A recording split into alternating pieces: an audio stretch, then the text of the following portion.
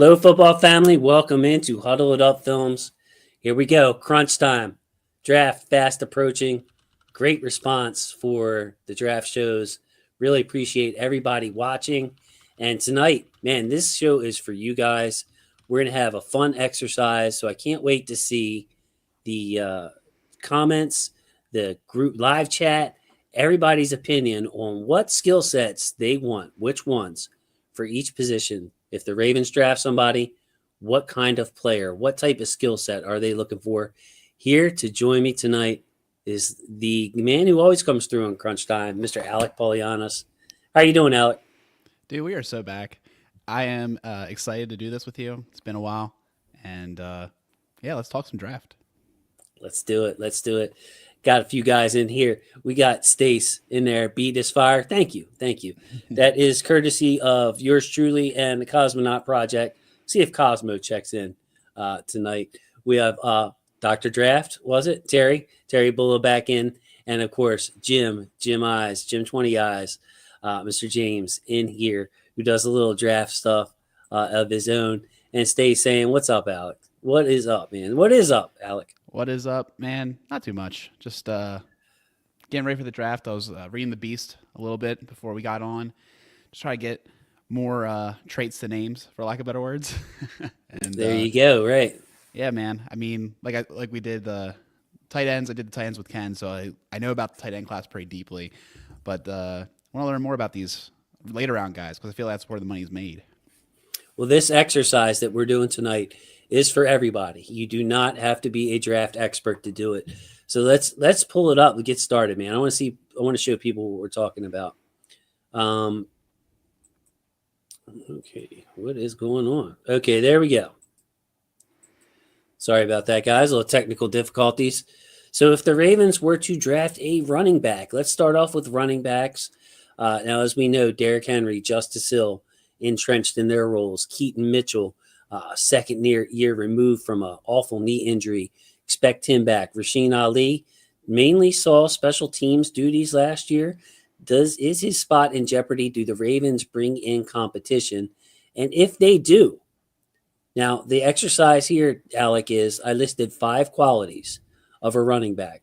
So when we get to day 3 and we're trying to choose a running back, that player is not going to be able to easily project to do all these things at the NFL level.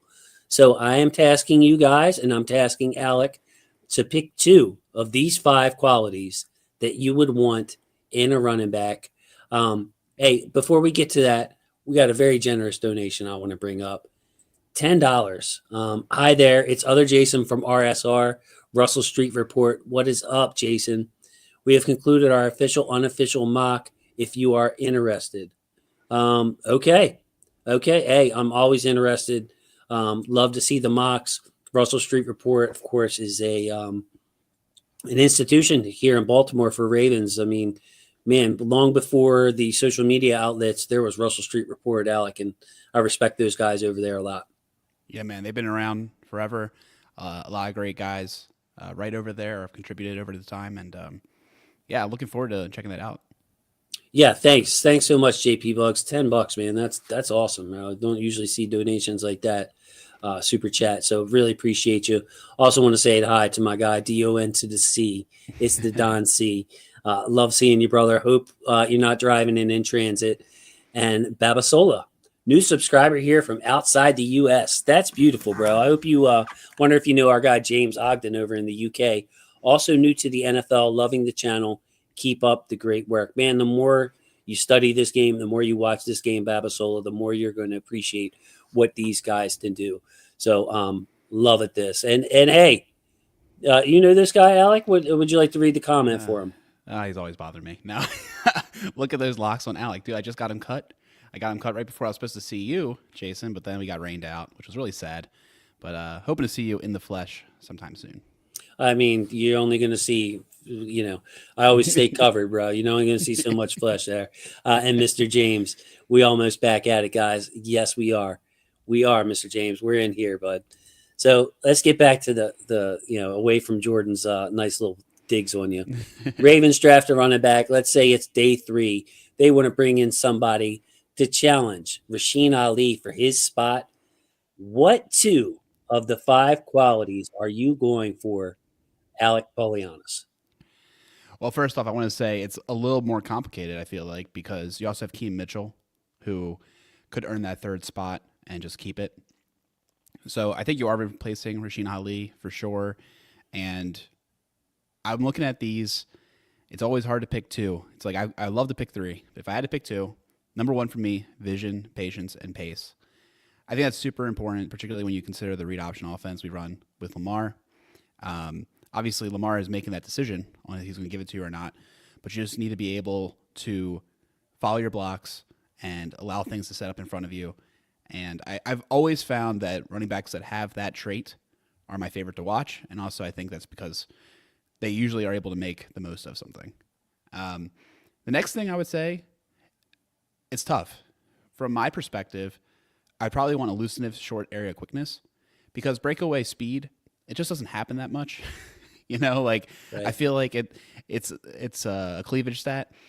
As much as like you might want that breakaway speed because those are game changing plays, down to down, I want the short area quickness and the speed. And also, like, we'll get into this when we talk more positions, but there is a level of translatability, right? So if you have that elusiveness, short area quickness, I hope that you would have good feet for pass pro, right? And like that you could maybe build into that. So yeah, I think that's what I would want. I think the Ravens are traditionally really good at blocking and creating some sort of lane for the running back to go through. So I really just want somebody who's able to execute on that, make a guy miss, and get the yards that are there. Love it. Love it. So I am going to agree with you on one, and that's the vision, patience, and pace. Like if I'm looking for a backup running back, I want you to at least be able to get the yards that are there. So don't have the offensive line block a 6, 7 yard run and you miss the spot or you're not patient enough to hit the spot. And all of a sudden, what should have been a 6, 7 yard run turns into a 2 yard run. Like if you're backup, I want that vision, that patience, that pace. Good point that you're bringing in with the read option with Lamar too. There's going to be some spots for you to pick. Where I divert from you is instead of elusiveness, I'm going to look for a third down back. Give me the Mm-hmm. hands, the pass pro, the third down value. Because maybe, yeah, you are elusive and you have the short area quicks, but you're a little undersized and they don't trust you to protect the passer. So when I look at Derrick Henry, Keaton Mitchell, Justice Hill, those are all guys that I would trust to hand the ball off to on first down. Justice Hill, obviously, a great third down back. But we don't want to use Henry too much on third down because we're giving him the ball so much and, running up his carries. I would want to make sure we have that third down 2 minute back in the house with us. So I'm going to go with 3 and 4 on this one and see if anybody has any opinions.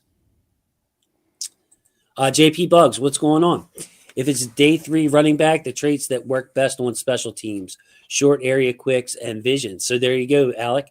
JP agreeing with you there. Jason agreeing with you there. Frank Black coming in, pass pro might be good to have in a backup if Hill gets injured. That could be an issue. Yep, that's what I was just saying. And I think Stace said ball security. Could have added that to the list, Stacy. I should have called Stacy or texted Stacy, Alec, when I was up in the middle of the night trying to choose 5 things for each position because that in itself was a little bit of a challenge. But yeah, that's pretty cool. Very, very cool. So, hey, if if the Ravens come down to it, what do you think the odds are with 11 picks that the Ravens choose a running back? On one hand, running back is way on the back burner as far as like immediate needs. But then again, Alec, we got 11 picks. I know. Well, I think Rasheen Ali, I never liked him. Unfortunately, I'm not Ace. trying. I'm not trying to be like a big diss track here, but I remember when we drafted him, I looked at his film because I wasn't familiar with his tape at that time, and I was like, this guy, him, and I just didn't love it. Tyrone Chase going right after us, kind of frustrating. More of the prototype I would have been looking for. I think you have to consider, who they're trying to replace. If Henry goes down, that's a huge problem, and then maybe you want a different skill set because third down back. The reason I didn't pick that is because Justice Hill has covered that so well over his time, and I think that role is clear. So I kind of wanted more of could sub in as a primary back. And my prototype, I guess, for that is the vision and the elusive quickness. I like the idea of a bruiser, but we have a lot of options for short yardage that I think are better.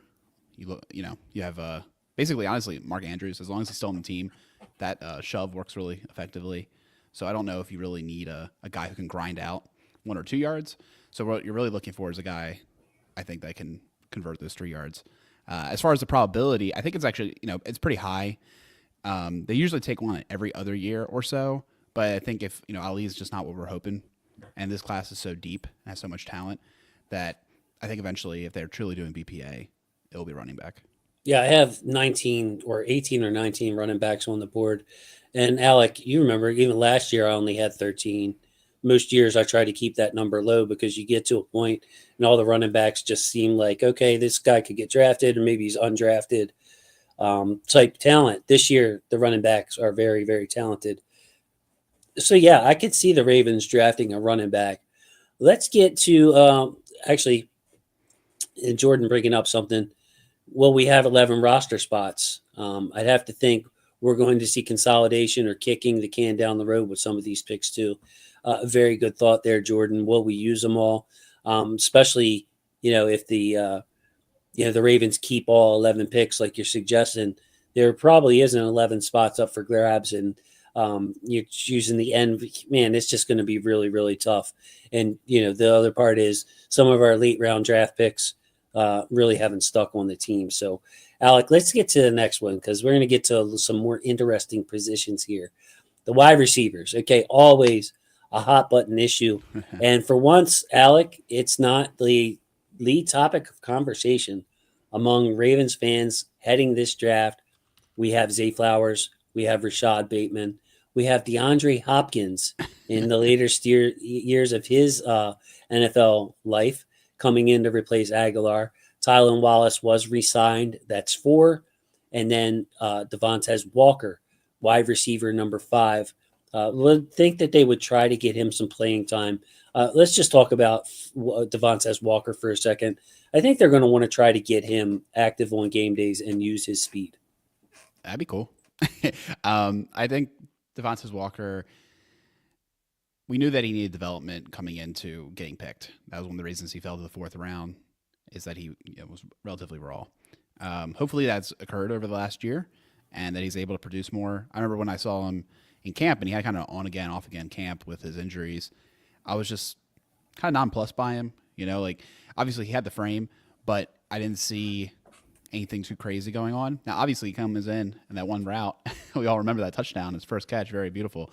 That is something that I think this offense is missing, and I think it's still missing even after this new room that DeAndre Hopkins is apparently in, and I just keep forgetting about. It just has not soaked in that he's now on the team.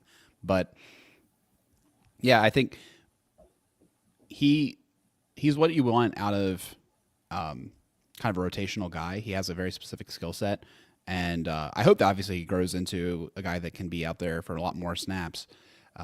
At this point, I would trust Tylan Wallace to take a large share of snaps, but there's a time and place for Devontae Walker. Yeah, the day checking in, I thought about this the day. Putting hands on the list, just like ball security was mentioned earlier by Stace. But I feel like some of these would be like givens. You know what I mean? That's how I interpreted catch radius and catch point strength. Because I tried to imply it there, right? You know me, man. My number one bugaboo is wide receivers should catch the ball. A lot of good things happen if you catch the ball. hey, a lot of bad things happen if it goes off your hands too. That's true. As we've seen many, many times here in the Ravens uniform. So let's go with it. Route running, separation. So, maybe the guy's not the greatest separator, but he can separate. He projects to be someone who can separate at the college level. Yak, self-explanatory. He can make a guy miss. Maybe run over a guy, that kind of thing, get you some extra yards after the catch. Maybe that guy could take over some of the gadget duties that we rely on Zay Flowers for. We saw Zay get hurt. Awareness, spacing, and zone, underrated quality right there, Alec, because with Lamar Jackson as your quarterback, you are going to face a lot of zone defense. So somebody who can be quarterback friendly, find some space in there, settle in the zones. That's the number 3 quality. Number 4, long speed, field stretching. So you get yourself another Devontae Walker. Not that Zay can't do it, Bateman can't do it, or Hopkins, even at his older age, he can still run some go routes and catch the ball. But do you want some more speed? Add more speed with Lamar. And then the last one, catch radius, catch point strength. So, you're going to be covered in the NFL, especially if you're a day 3 type wide receiver. Give me somebody that can go up and get the ball and who's strong at the catch point, has those strong hands, like the day was talking about. So you only get to pick 2, Alec. What do you got? I think this is pretty easy. For me, it's like I said, catch point radius, catch point strength, because you need to catch the ball, and sometimes the situations will be contested. And I think that's something Lamar just hasn't had somebody that's a great contested ball catcher. Maybe that'll be Hopkins this year. Who knows? Not to say these guys can't catch contested balls. It's just like that gotta have it guy. And then from a wide receiver perspective, again, route running and separation. If you have separation, you're open. If you're open, Lamar's going to throw an accurate ball. You catch it, you get the yards. If no yak happen, that's okay, because it's in theory. Again, I just want consistency. I want zeros are awful on offense, and if you're able to get more consistent 5, 6, 7 yard chunks and take time on offense, run out the clock, give the defense an advantage. I love that kind of formula for football. I don't need to be scoring in 2 minutes. I want to score in 7 minutes. So that's what I want. I like your 2 choices. If you can get somebody who got a good catch radius and strong at the catch point, and he can route run, I feel like that's almost a cheat code for this particular group here. Because it kind of describes Jaden Higgins, my positional favorite at wide receiver. 6'4", can play the X, can run routes, and he's big and can erase bad throws. Okay, I'm going to give that one to you, but I'm going to point out one more, and that's the third one for me. Yep, that would be my honorable mention. I mean, look, if I had if I'm going to go against you, I would say number 3, give me the awareness, give me the spacing in zone. And then I also agree. I want somebody with a good catch radius, with good catch point strength. I want somebody that Lamar can depend on when the what hits the fan and everybody's covered and the DBs are sticking, to give Lamar that. That's why I like DeAndre Hopkins in a Ravens uniform. He gives the Ravens someone else besides Isaiah Likely who can go up and be strong at the catch point and be consistent with his hands. So give me that catch through contact. You catch the ball and get hit. You can go up and moss somebody. Give me that, and just to be different, I'll take the awareness, the spacing in zone, because as I outlined at the beginning, the Ravens see a ton of zone. So give me somebody who can get on the same page with Lamar. I think JP Bugs mentioned that. Very funny. Top trait, a wide receiver that vibes with Lamar. Alec, JP's got us on that one, man. Yeah, I honestly, shame on you for not including that. Yeah, for real. That is all. That is very, very are funny. They in Florida? So I've seen this name brought up a lot. And I think our guy RG is like, Jason, do your homework on Dante Thornton. Actually, he's from Cherry Hill. He's from right here in Baltimore. Okay. So it would be really cool to see local product come home. I wanted to take a minute to talk about him. He was playing the Jalen Hyatt role at Tennessee, Alec. Okay. So they are doing, I know you studied Jalen Hyatt. They're doing all this stuff at Tennessee that drives you crazy as an evaluator, but I mean, they're winning games with it. So Dante will come in, short motion a little bit, get on the other side of the receiver lined up next to him. All of a sudden, there's a 20-yard cushion between him and the safety that's trying to guard him. He's got a wide open field. His stats are ridiculous. I don't know if you have them up there, buddy, but I put them in my notes. Yeah. Dante Thornton, I had to write, actually, is not a typo. 26 catches. Man, the guy only caught 26 catches. 661 yards and 6 touchdowns. So this guy was schemed open. And when you try to look for examples of him being able to stop and start, I don't see a lot of them. I mean, the physical characteristics are ridiculous. He's 6'5", 205. So he's not just 6'5". He's got a little bit of something on him. He's not 6'5", 180. And he ran a 4.3 flat, offensive lineman type arms. A really tough evaluation for Dante Thornton. So yeah, I mean, if we took a chance with that guy on day 3, maybe he sneaks into the 3rd round. I'm not sure, but States, he's one of the hardest, maybe the hardest wide receiver in this draft to evaluate, because he's just being schemed open and capitalizing on that. And also got to get Heather in here. Hey Heather, thank you so much for your support when I was over with Sarah and Bobby on the vault last week. I saw you in there, made me feel comfortable. It was just great. Just showing support, one of my favorite channels, great content. You're one of my favorite people on this channel. And I know you know the Ravens well, so I want to see you jump into the comments and talk about what type of skills you want guy at each position to have. So feel free to participate, Heather. But yeah, I really appreciate you showing some love over on the vault and getting your comment brought up. That made me feel right at home. Felt like I was right here on Huddle It Up Films. So yeah, stay saying I want Dante Thornton in the 7th. I talked about this a little bit earlier. I do think they were going to give him a chance. I think Alec, someone's telling me that training camp is going to be very important for Devontae Walker. Oh, for sure. It's always big for these guys that otherwise aren't going to see the field consistently. You have to be able to demonstrate in practice why you deserve snaps, because they're not. I mean, Devontae Walker will have to do a lot of development to break the top 3, right? I could see him overstepping Tylen, but I mean, even that feels like a stretch for where he's at this moment. So a lot of work to do. I hope he can continue to contribute on special teams. And I just hope that he's able to keep earning an activation is honestly one of the keys to him. Because Tylen's going to be active. He's the monster on special teams, so you got to do your work. That's right. Exactly. And I'm looking at Thornton's RAS score, and of course he's a 9.8, 69 out of 3,408 wide receivers. So just one of those guys that I feel like some team's going to take the chance on pretty early, probably before our tolerance is up. Mostly because, like, man, there are so, like, again, like you look at the depth chart, it's a lot to break through. But also, I just think there's going to be so much defensive value in that, like, range of the draft that the Ravens are just going to, like, gobble it all up. Because the defense, honestly, has a lot of holes coming up. A lot of guys aren't on long-term contracts there, and they need to start figuring things out. And obviously, like, hopefully we can re-sign some of these people, but at the same time, you have to start backfilling because a lot of those positions take a year or two to get high impact, particularly edge rushers and defensive linemen. Yeah, I do remember Josiah Steve Smith saying that Devontae Walker will take somebody's job in year 2. That's a good pull right there. Nice. Good pull.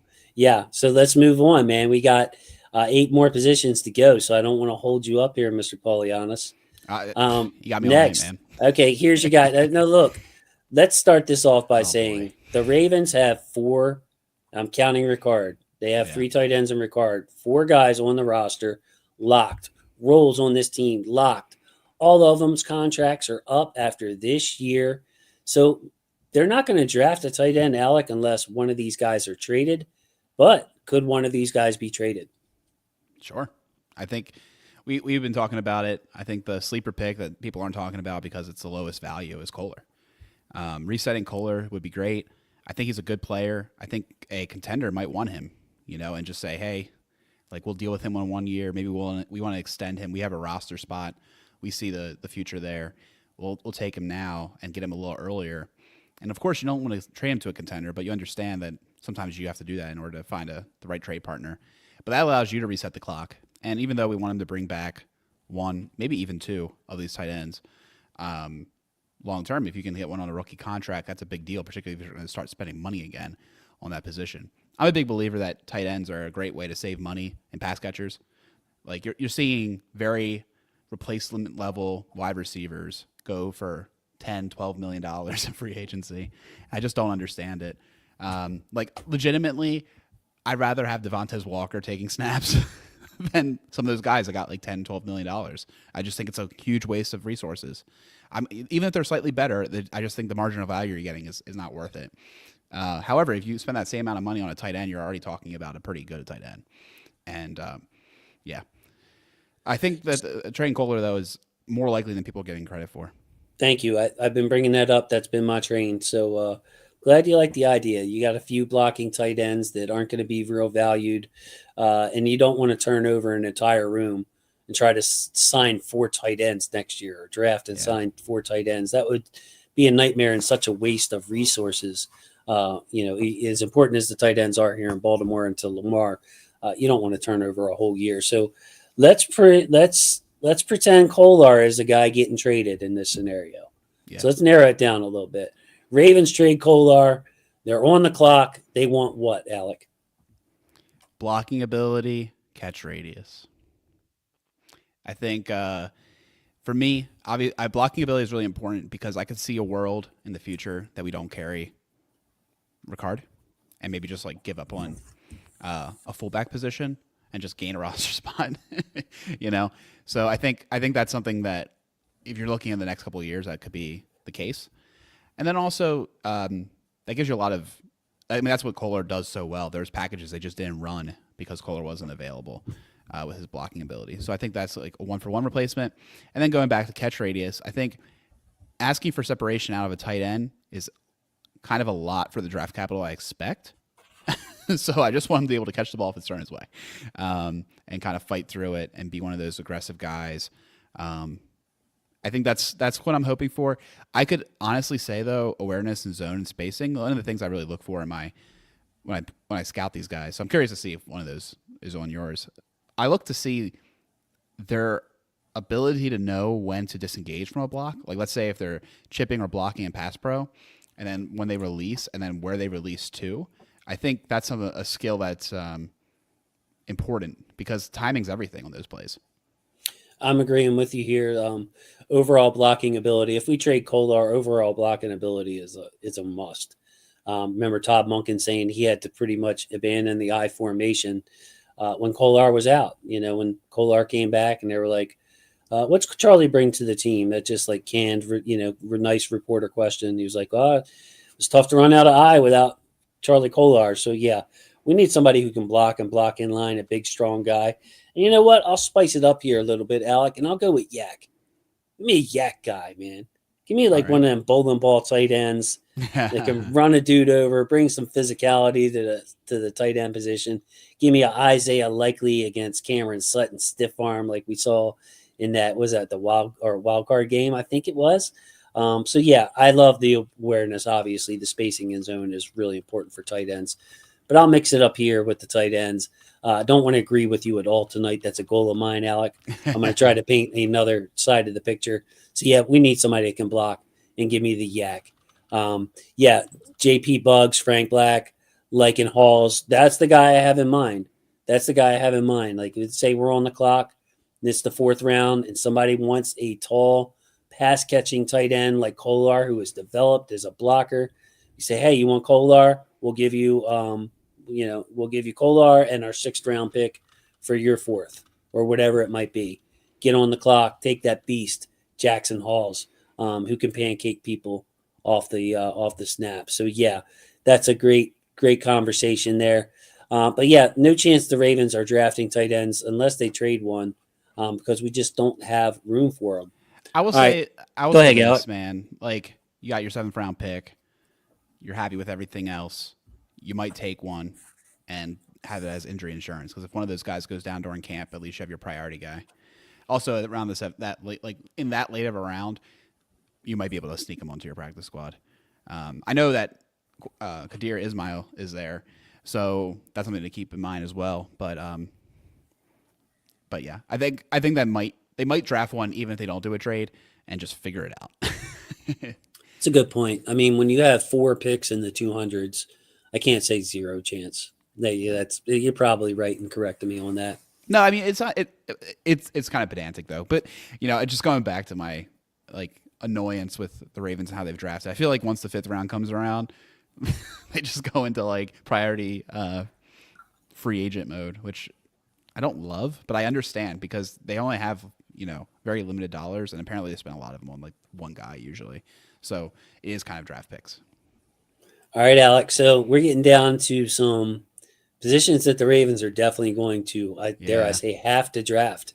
Yeah. Just to go over the guard situation very quickly, Andrew Voorhees, looked good in his last start versus Cleveland. Of course, the injury history with Andrew Voorhees is kind of lengthy going back to college. He has only started four NFL games in 2 years. You also have Daniel Faalele back. Opinions are all over on the map as Faalele as a player, but the fact is Faalele is a free agent after this season. He was one of those six fourth-round picks we had in 2022. So whether you like Faalele or you're not a fan of Daniel, we're going to have to fill that position for the future. Ben Cleveland was brought back. He can play some guard.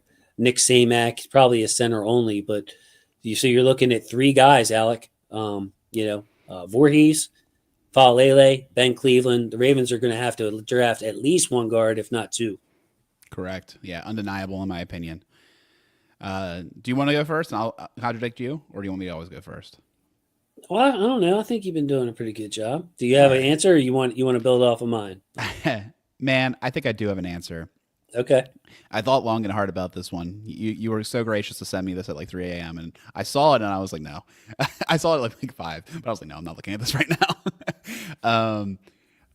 I think run scheme versatility is number one for me, which is kind of weird for me to say because honestly, I care about pass protection so much more than run blocking when it comes to just all offensive line play. I think it's just the way they're more valuable snaps. However, I want us to be able to run multiple schemes, right, out of the run game. I think it's something that's really critical as long as you have Lamar Jackson. So run scheme versatility is probably number one for me. Number two is really tough. I want to go with intelligence. Intelligence, blitz, stunt recognition. And the reason why is because NFL weight rooms are a beautiful thing for strength. I'm kind of saying like size is a given. Also, we've been able to. I think we have two really good tackles right now, so and a really good center. So you're kind of like insulating that player a little bit. So I think their intelligence is really important. I think as long as everyone's doing their job on that offensive line, it should be effective. So that's my number one. I honestly will say, I'm kind of curious your thoughts on this, Jason. I think hand usage and placement and polish there is so important for overall ability to block in this league. But I'm just not that great at scouting it. Like I know where they should have their hands, but I'm not sure that like. I guess like the way you say it's polished is you just see it consistently, down after down. Them using proper placement, or maybe the way they're able to fight back and how they are able to hands fight. But I'd be kind of curious to hear how you evaluate hand usage and placement and how important you think that is. I mean, it's very important. I think for for this exercise, it's whether do you want a guy who knows what he's doing, or do you think you can coach that into him? Because hand placement can absolutely crush you against these long-armed, big NFL defensive tackles. And my number one bugaboo, Alec, is when their hands get too wide. That's what crushes you. When you're out here instead of into the breastplate, into the chest plate, where you can get a hold of those guys and not get called for hold. It's not holding if you're all the way in here. Holding is out here. So you want that hands inside and locked and loaded to allow you to really defend yourself against some of these monsters that are lining up at defensive tackle. The question, that comes into play here is, okay, well, we can get him better with his hand placement. He wasn't really, college, whatever. So did you pick 1 and 5 on this? I did. It's hard for me to get away from those. It's hard for me to get away from those because I feel like number one, with the intelligence, the blitz, the stunt recognition, when you're talking about a guard, you need to be able to pick up blitzes. You need to be able to, especially these linebackers hawking the A gap, standing up on the line of scrimmage, you need to know what's coming and at least get a piece of the guy. So I think intelligence is definitely on my list. Run scheme versatility for a guard, you want a good run blocker. That's true. If I had to pick, between run scheme versatility and hand placement, that would be my number 2 choice is what to go there. Because yes, I would love somebody with size and overall play strength. Yes, I would love somebody with agility and light feet.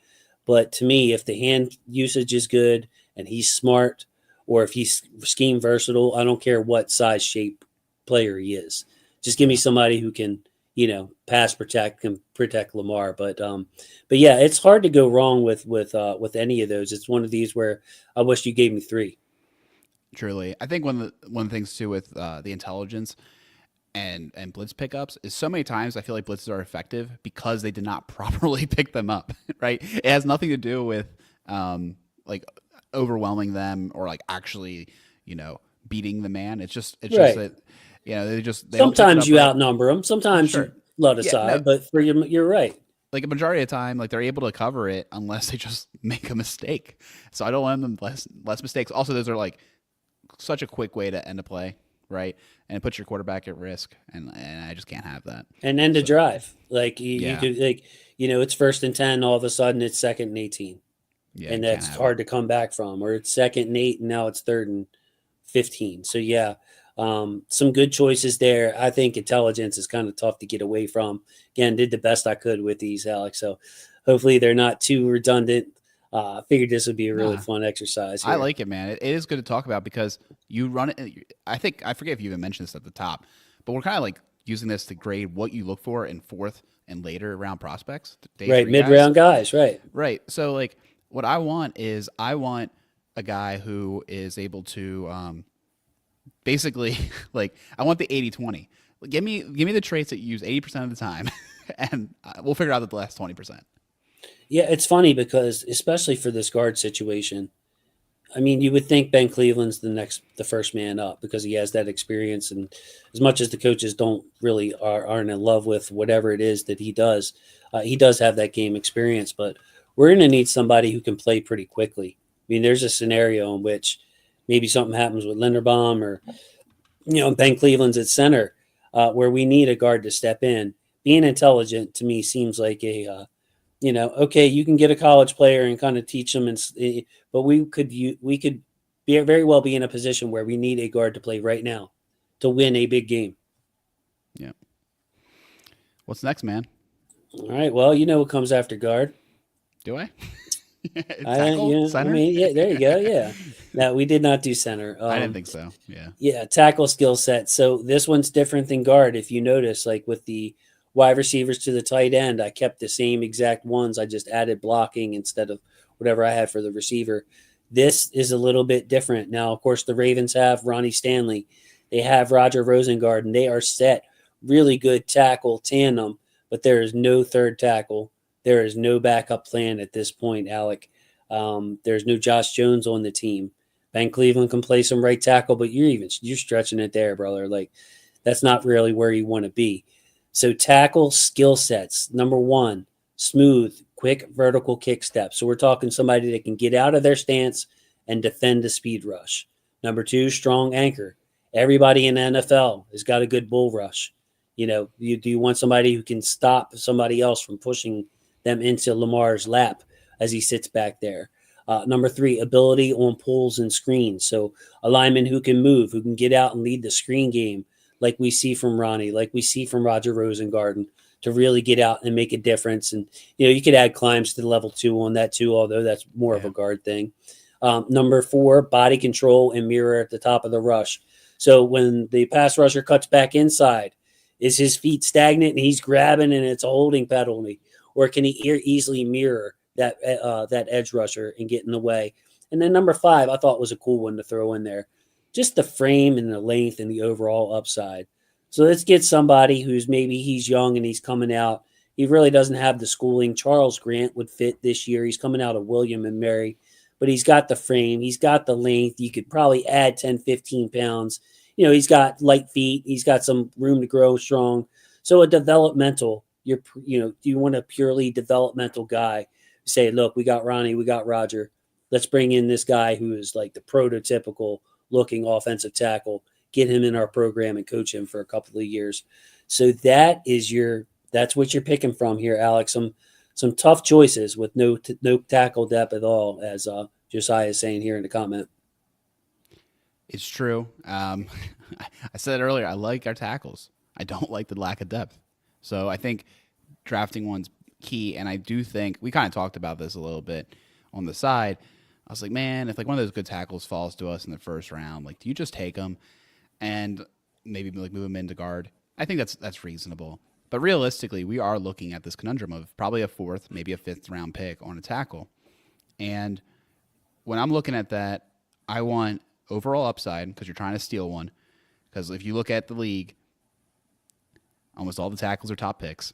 A lot of them are first round picks. Like if they're any good, if they're like a Pro Bowler, they're almost definitely a first round pick.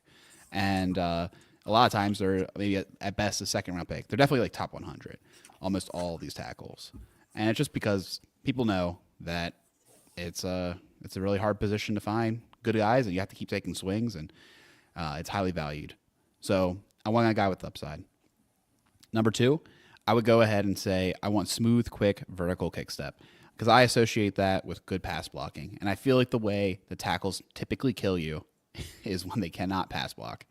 So I want them to be able to have a strong mirror, give Lamar a chance to get out of the way if they're coming.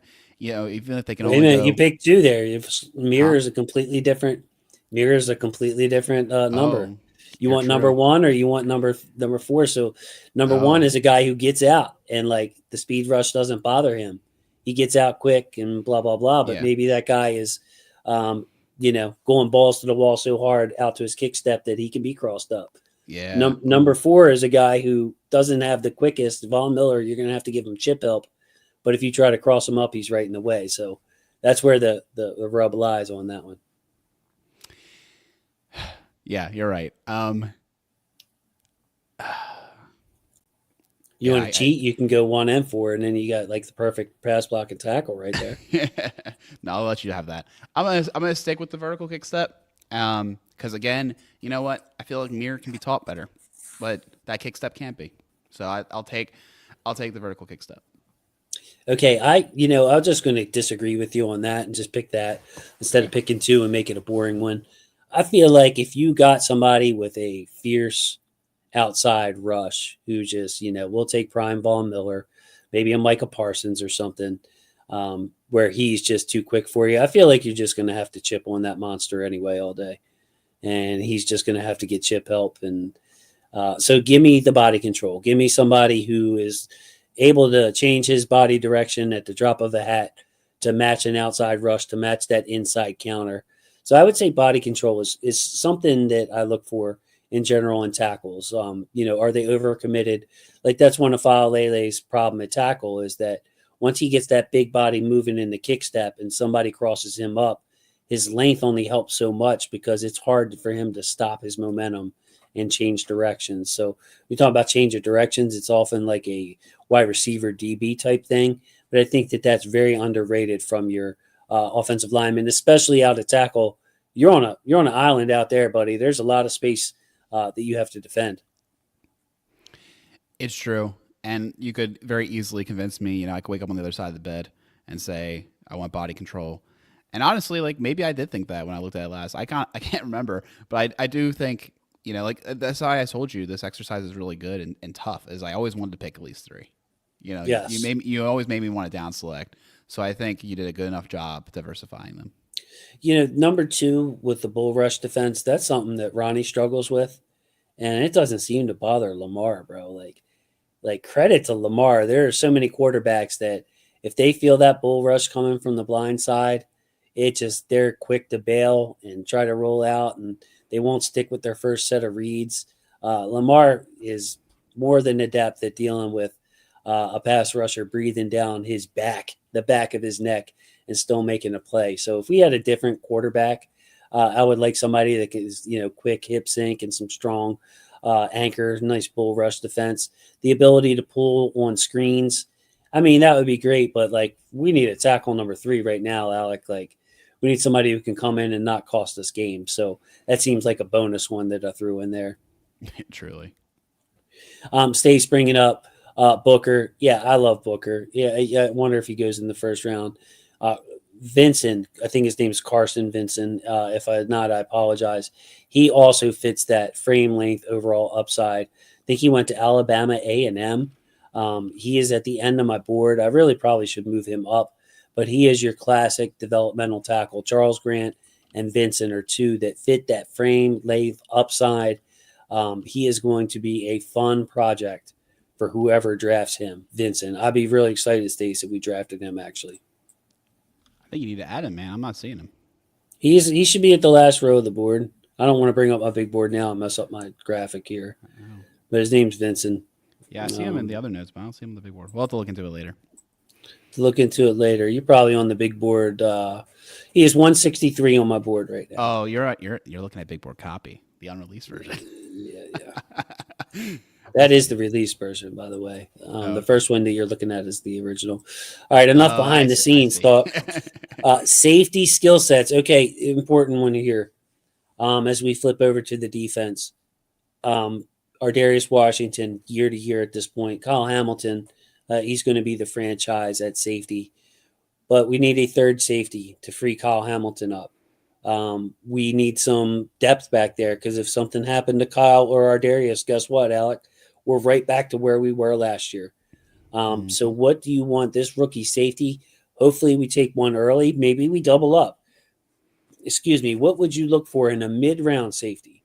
Somebody we're taking in the third and fourth round. So this isn't your Malachi Starks here who can do a lot, or Eamon Worry or Watts who can do a lot.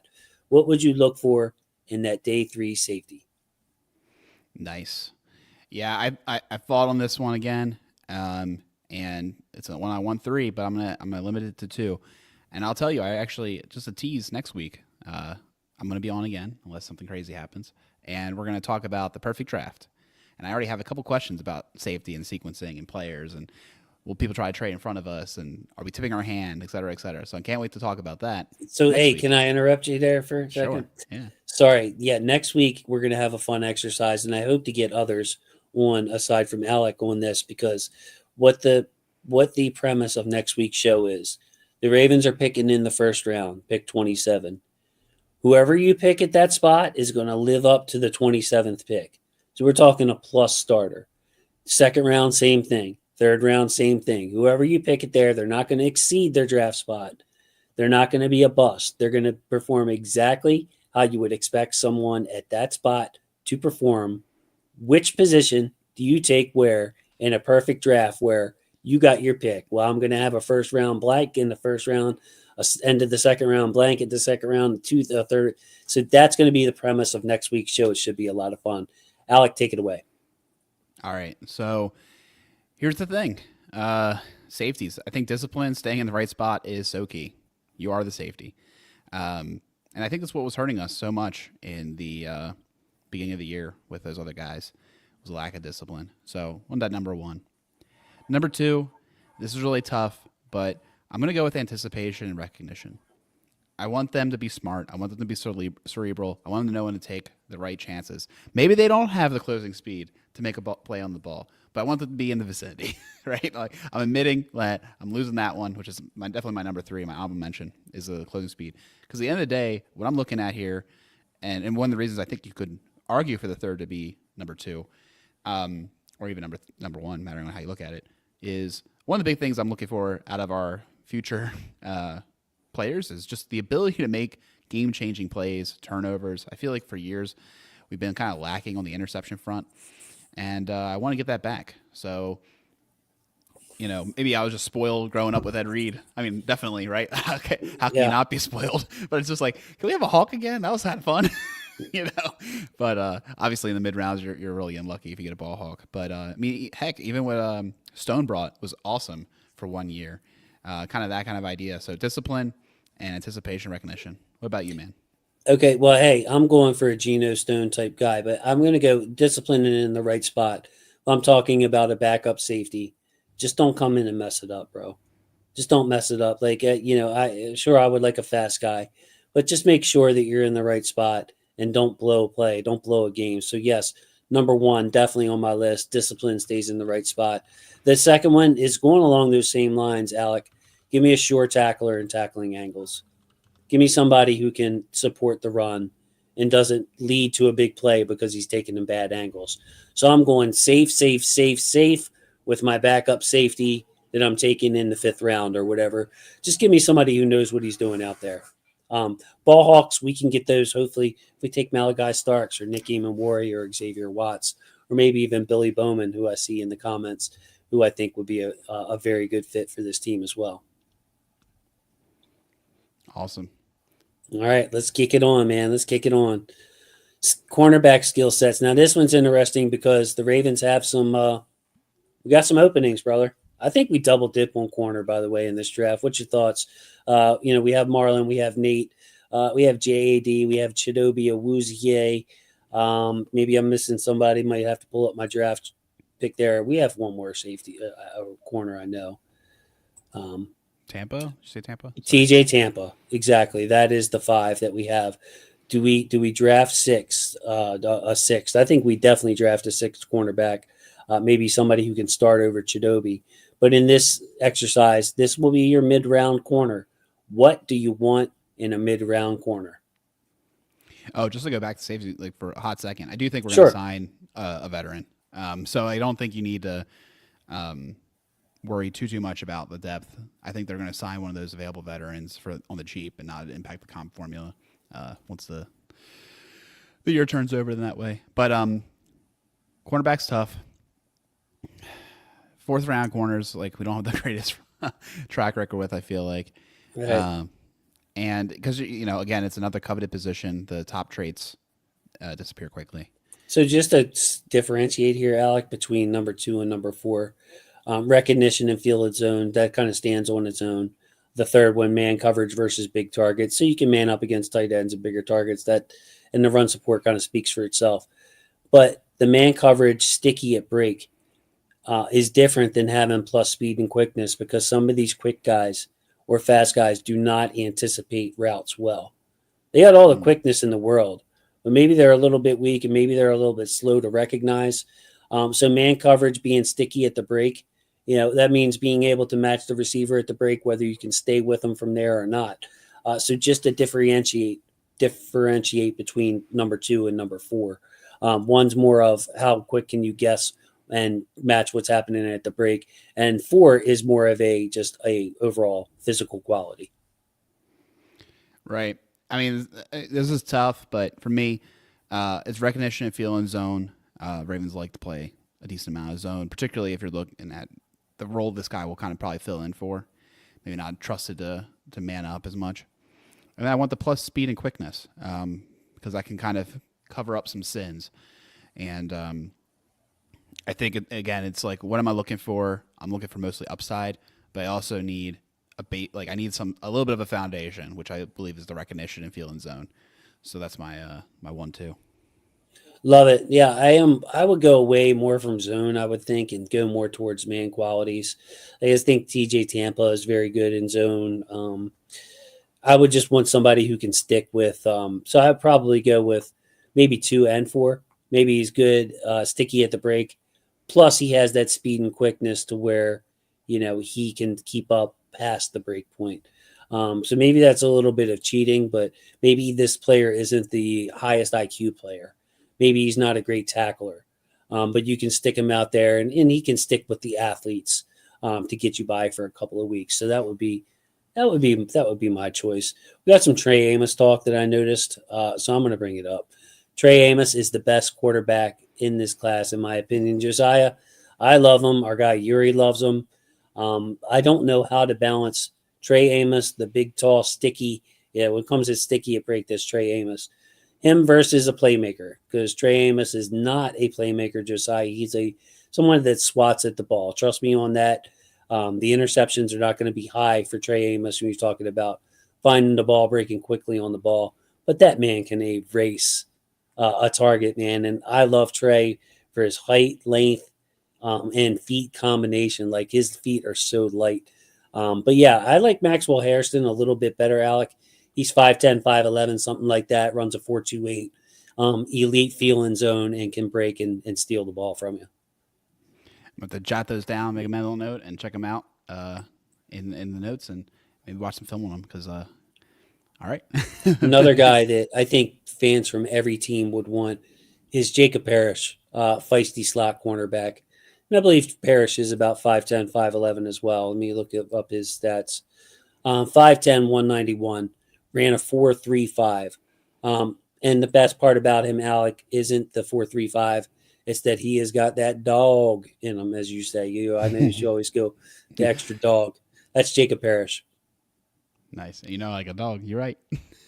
That's how you like to say it. Okay, let us move on. A couple of more to go. Inside linebacker. Man, are we drafting two of these guys? First of all, we lost Malik. We lost Chris Board. There's just Trenton Simpson in a row. What's your thoughts, man? We going to double dip because we got 11 picks and we can afford to? No, I hope not. That there's look, you have 11 picks, but I do think you can't get too greedy and double dip in too many of these places because there's only like even if you have 11, you get to talk about like realistic roster spots, and even though maybe a linebacker has the already room on the roster for it, it'd have to be a BPA for me, like a good guy that just fell on your board to take a second linebacker. I can understand one. I think that's maybe even almost a given, but I don't want to see two, unless it's like a really high value prospect because we've had good luck finding undrafted free agent linebackers. It's one of our like number one things we find, and it's a big size and shape pool. It's kind of like running back, where it's maybe one of the second on the defensive side, probably the easiest person to find in that area. So yeah, I just kind of don't love the idea of two.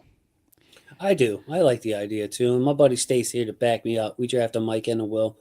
The reason where I diverge on you there, and Jim, yeah, the linebacker group is pretty thin and uneven. Jim, it was probably my least favorite group to study was the linebackers. I would have to say, and if it was a deep group like running back, I'd say so, but it just wasn't. There's a lot of dudes, Alex, subbing in and out at college. It's like college is getting specialized like the NFL. So college has your two down linebackers now and your third down linebacker. But I'll go back to what Stacy said, and that's Mikes are so hard to find, brother. That's like the X receiver. That's like your island cornerback who can play man to man. Like, I would like to see us draft somebody that could not be a liability if something happened to Roquan. Kind of a luxury, maybe. I'm going to pose this to you and the other guys and girls in the chat. What if Jihad Campbell was sitting there, the best linebacker in the draft, obvious NFL player? I mean, this guy's going to be a really good linebacker, probably a better prospect than Edgerrin Cooper last year. And you saw what he did and what kind of prospect he was. Jihad Campbell's the choice in the first. Ravens fans are going to lose their bleeping mind, Alec, that we chose an inside linebacker. But we would have that Patrick Queen, Roquan dynamic, or maybe Carson Schlesinger in the second. He's going to be a good will linebacker. He could probably cover Mike for you too. His college tape is as good as it gets. That's how he went from walk-on to probable second-round pick. How would you feel if we spent this valuable draft capital on a wide receiver in round 1 and round 2? Don't hold back on me, brother. You said wide receiver. You mean inside linebacker? I meant inside linebacker. Yes, thank you. I mean, wide receiver, I'd be like, okay. I don't know who that player is. Maybe Higgins in the second, but dude, I won't be that thrilled. I'll be honest. Look, inside linebacker, here's the problem. Kind of similar to tight ends. You draft him in the first round doesn't mean too much. The developmental time on linebackers is pretty steep, so you're not getting as much of that discount at high quality play. Now you're talking about two prospects I like, so I understand why you're doing that. You got the injury concerns with Campbell. Can't forget about that. That's right. Yeah, I struggle to be thrilled. I'll be honest with you, man. I'm looking at 3 position groups. They're all defense in the first round. And I mean, if it was a guard, I won't be too upset, or a tackle. Like I guess I could go up to 5, but my primary is defensive line, corner, safety, and I'll be really sad if they go off one of those 3. And I would understand if it was offensive line. I would understand very strongly, so it wouldn't be that bad. But I would be very a little disappointed. A little tilted about inside linebacker, man. Yeah, if we pass on an edge rusher or corner to take a linebacker, that's not a good look. It's probably not a good look. Man, let me put this perspective as well. You're talking about the depth of these position groups, like particularly like defensive line. I'm here looking at that and saying, okay, people are going to be picking those a lot, and it's going to push back these inside linebackers that are already depreciated into these middle rounds. So that's kind of why I want to just do that. And I think you might be able to find that value on inside linebacker in a later round. All right, so we're at the later round, and Yep. we're looking for a backup linebacker. Of course, special teams is going to be crucial. They're going to have to play that, so I didn't put that on there because the Ravens are going to make sure the backup linebackers play special teams.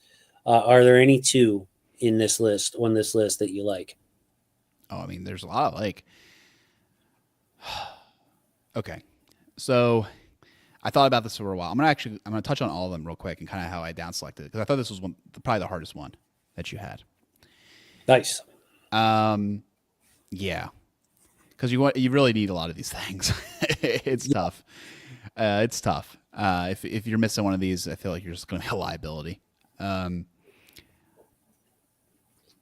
going to say right now, my number like 5 is probably stopping power and tackling, which is a little surprising, I think, to say out loud. But I just feel like a lot of the positions the linebackers find themselves in, if they can't finish a tackle, they will help create a second opportunity tackle. So if they can't do it themselves, I'm not like as hurt about that. I mean, it's 3rd and 1, bro. 3rd and 2. You better make that tackle at the sticks, though, Alec. Yeah. I feel like those are plays that probably just should be converted and just accept the fate that defenses fail usually. Hey, the goal line. Yeah, we get them next time. We gave up a touchdown. I'm just messing with you, buddy. Go ahead. I know, man. It's just tough. I feel like even if you have the best guys there, they can sometimes still fail in that situation. So that's why I'm going to say that one's kind of lower on my list. Blitzer and gap shooter is also going to be a little bit lower on my list because they don't always do it. You know, they don't always do it. You're asking for a lot. I think we find in the playoffs rushing with 4. Now, granted, that can be a dynamic 4. You know, it doesn't have to be the traditional 4 you might think of. But like if you're able to get pressure with 4, that's the key. So maybe it's not that.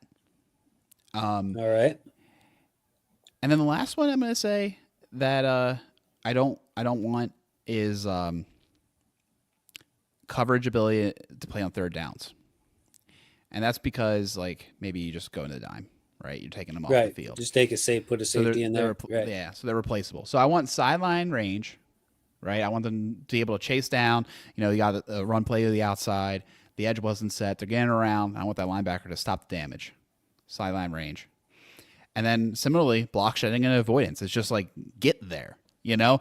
Like be a madman, get people out of your way, and get to the ball carrier. That's what I want the most out of my linebackers, inside linebackers. Number 1 is my thing. I like this is part of what drove me nuts with Patrick Queen. He did a lot of things at an elite level, but man, he would play patty cake and just get busted out of his gaps. And I want somebody who can either avoid the block or blow up that block.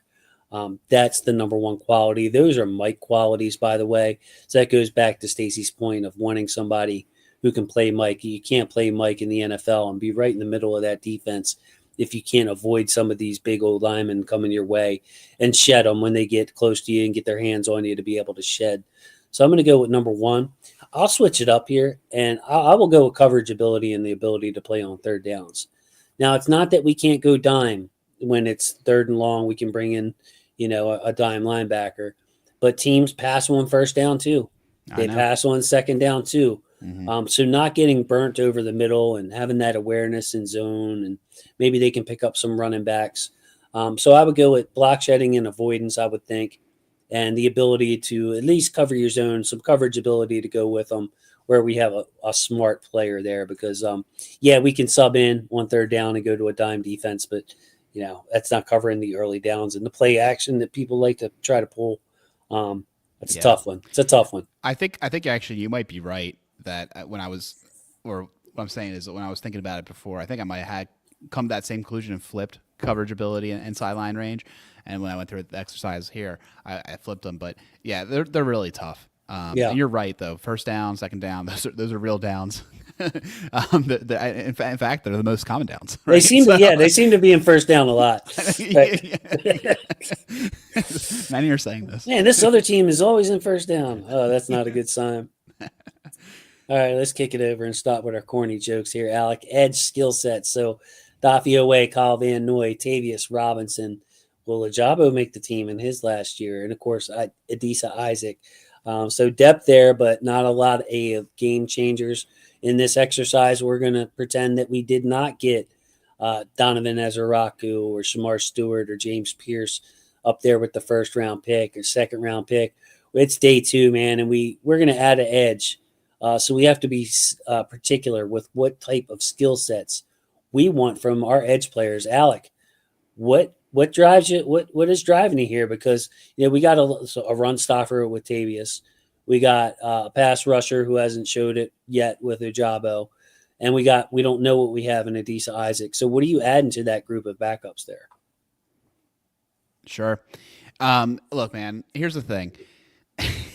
I feel like every year they draft this edge guy, and they're going to be great at stopping the run. They're going to be great at sending the edge. And you know what? I'm going to just say the reason the Ravens are able to find those guys so consistently is not because they draft for it, is that they're able to coach it. So I'm going to demote that ability. Not saying it's not important, but I'm going to demote it. We're looking in the 4th round. There's 2 things I want. Toolsy player with upside. Again, I've always been saying in this area, I'm looking for upside all the time. And then I want that 3rd one, body control to finish, because I know that sacks are not consistent, and that the analytics say pressure is what you really want to look at. That's the sticky stat.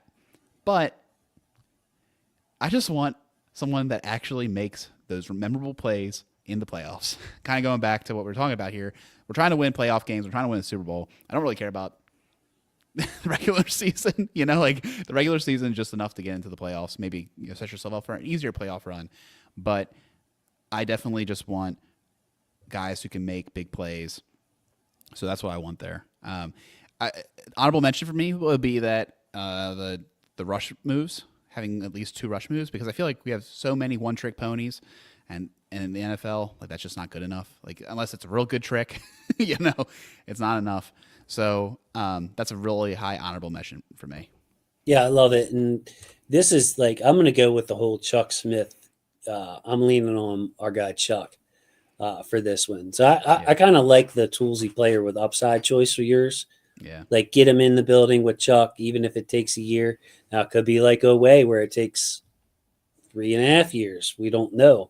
But kind of to trust Chuck. I'm not actually worried too much about our run defense. And I know that's a silly thing to say and an easy thing to say. But Tavius is a beast when it comes to run defense. Adisa Isaac is no wallflower. He can play bigger than his weight. He's a good run defender. Oway's a good run defender. KVN's a good run defender. So run defense would be not what I'm looking for here. I would say, to me, it would be between having at least 2 NFL-ready rush moves. So maybe you got a speed rush and a bull transfer speed to power to bull rush. You got something that you're working off of as your base, and a toolsy player. A toolsy player who's got at least 2 tools in the bag. You know what I mean? And it's something you can build off of those, hone those 2 tools. That would probably be what I would be looking for on a day 3 edge rusher here. Anything catch your eye in the comments there, Alec? Because I'm showing my best here, buddy. Yeah. I thought something did. Oh, no. I like Don C's comment, though. Ability to be the most like 55. I mean, say less, right? Wasn't added on the list. Did not make the list. Yeah. Yeah, we could do these with a lot of positions, man. We're actually, we get so frustrated with the ends of these seasons because Lamar and we're right there, man. We should be winning some of these games, but we've seen all of Jonathan. I'll speak for the old heads. All of Jonathan Ogden's career, all Ray Lewis, all Ed Reed's, all of Suggs, all of Haloti Ngata's, and that's not even mentioning of Lamar, and that's not even mentioning the cool players, the role players, man, that we've had come along here. Jamal Lewis, I will always love. It's just some players that you fall in love with. Jarrett Johnson. We're lucky as well. Oh, actually, pull up Stacy's comment too. That we need another Sam to learn from KVN. I agree with that as well. Yeah, I'm not too worried about that, honestly, because we're going more to a 4-2-5 nickel. So that 3-4 base defense where we're asking to drop the Sam in the coverage just isn't happening anymore. And I think that's why you're seeing our sack totals go up. By the way, Tyus Bowser had 8 sacks in a Wink Martindale defense when he was asked to drop back more than 50% of the time, Alec. Dang. You imagine being an edge rusher, half of your rushes, you're not rushes, you're dropping into Snaps. coverage, Yeah. and you still pull 8 sacks out that season. Pretty Tyus Bowser impressive. was the man Tyus Bowser was the man that year. He got him paid and then kind of went downhill from there. All right, our last one, defensive lineman. Man, Michael Pierce retires. Brent Urban yet to be signed. Maybe he can still be had, probably. But you have Travis Jones, Matabike, great start. You have Broderick Washington, who's found his role here on the team as that solid backup defensive lineman who's going to play 40%. Give you guys some solid snaps. Excuse me. What do you want in a defensive lineman? Let me go over this real quick, Alec. Yeah. Profile to play multiple alignments. So in this scenario, it could either be a guy who you can put at nose tackle, Alec, or he can be like a Travis Jones. He can play some nose tackle, or he can be that big 3 tech, but he's not a sack monster. You know what I mean? But you can move him at 3 tech. You can put him at nose tackle. Or he could be a Matabike, which is a 3 tech. He can't play nose. But you can move him out to the edge, and he can give you that edge rusher. So that first one, that profile to play multiple alignments, that could be a big guy that can play 3 tech, or a regular size guy who can moonlight on the edge. Explosive bull rush to push the pocket. So this guy can, if he can do anything, if you block him one-on-one, he's going to push that guard immediately back into the quarterback's lap. A body control and ability to finish, that's very hard to find with those guys. But if you find a guy who has the ability to finish, he's probably not a good run defender, or, there's things to why he's slipping to that third round. Ability to feel blocks and anchor. So a guy who can take on double teams. And then motor, range, aggression. Decided to switch it up. It was my last one that I was doing. I'm like, you know what? How about just a defensive lineman who brings it snap after snap? Not somebody that you want to mess with. He's got that motor. He's got some range, and he's just an aggressive position. And we're seeing, double dip at DT this year from Frank Black, our guy Frank Black. Awesome. And JP agreeing with him. Yeah, and Stay saying we need to address defensive tackle and nose tackle. This is – here we go, Alec. There's max ways to slice it, but we're going to say we didn't take Walter Nolan. Derek Harmon didn't fall. We didn't get somebody in the second round, maybe not even the third. This is the fourth round now. So we're going to have to fill this hole. We're going to take 2 guys. What's the first guy? What do you want in the first guy we take?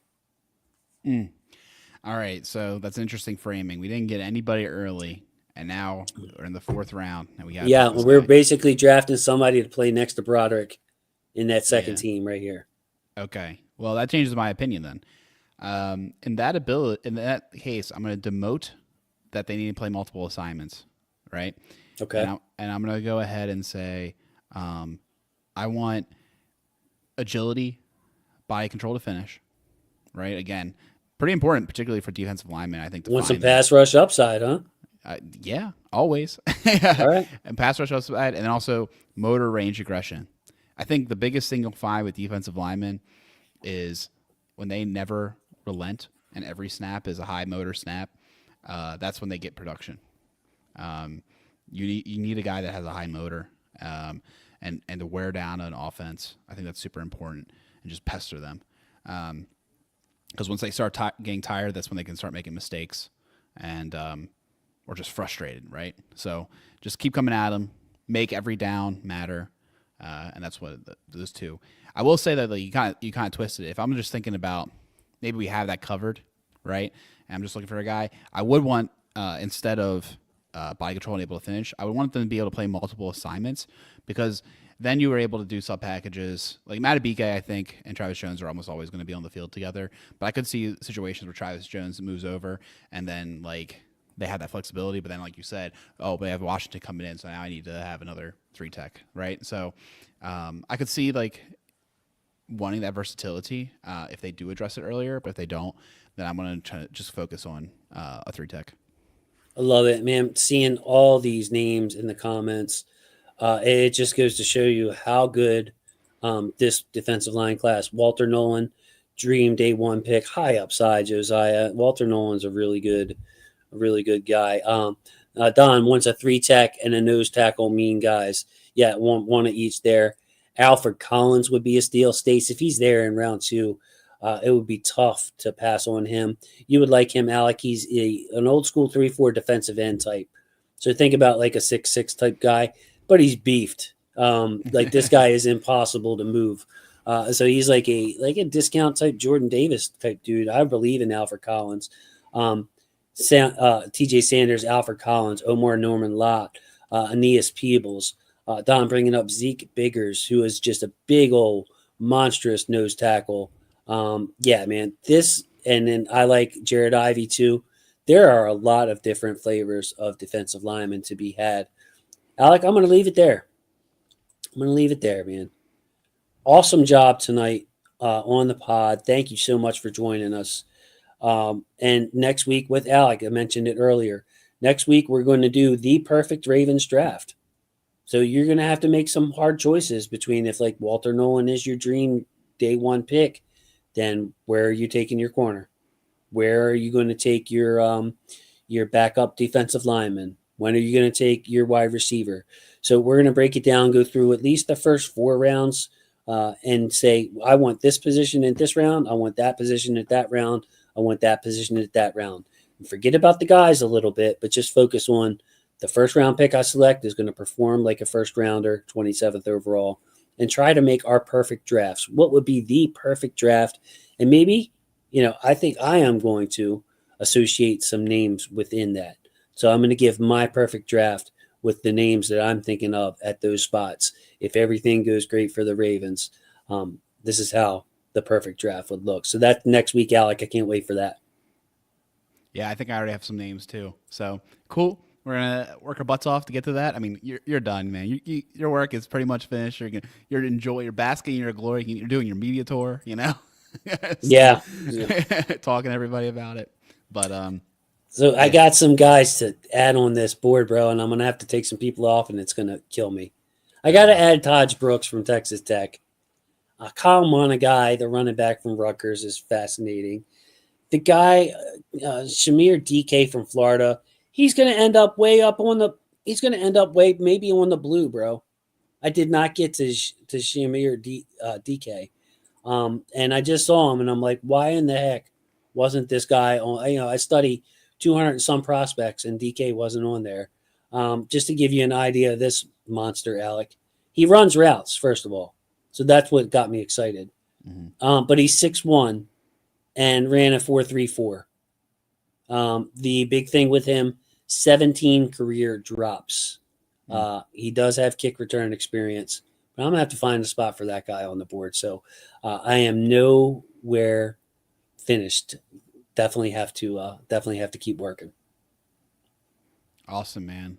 Well, that's exciting. Hey, that's a cool board. I got to look at it closely and see what else. Maybe you can take off Dupree. Maybe I'll help you out. Take off Dupree. He's already last on your board anyways, right? The tight end? All right. Yeah. Also, I mean, I just feel like I know what your goals are for the board. If the Ravens draft him, I'll eat my shoe. So, put some players on there that okay. that they're gonna. I also like Roger Longerbeam. Somebody suggested them here in the chat. 4-3 slot from Rutgers, and he's Rutgers tough, man. I think he's 5'10" too. He's not like incredibly small. So, yeah, I'm going to have to make some tough calls at the end of this board coming up here soon. So, yeah, subscribe, share, do all that good stuff. But, Alec, I want to say thank you to my football family. Love my football family. Please say good night to the people, Alec. Good night, everybody. See y'all next week.